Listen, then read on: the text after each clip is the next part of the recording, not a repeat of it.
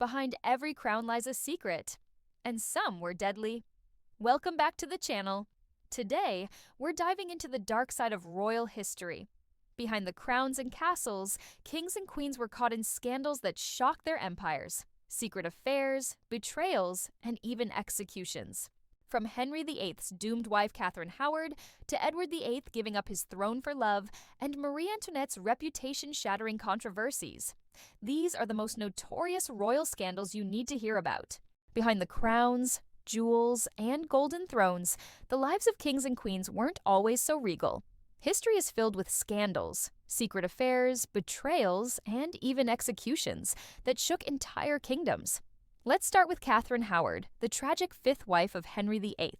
She was young, lively, and brought a spark back into the aging king's court.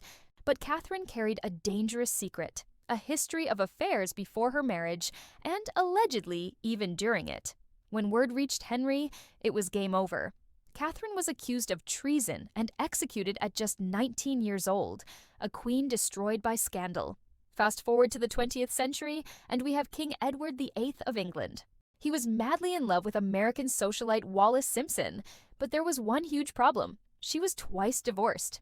At the time, that was a royal nightmare. The scandal became so explosive that Edward chose love over the crown, abdicating in 1936. His brother George VI took over, which eventually led to Queen Elizabeth II's reign.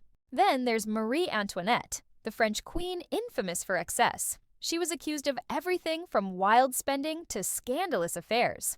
One particularly damaging rumor was the diamond necklace affair, a scheme that painted her as greedy and corrupt, even though she wasn't directly involved. The scandal only fueled public anger, and we all know how that ended, at the guillotine. Of course, some royals leaned into scandal, like King Charles II of England. Nicknamed the Merry Monarch, he fathered at least a dozen illegitimate children with multiple mistresses.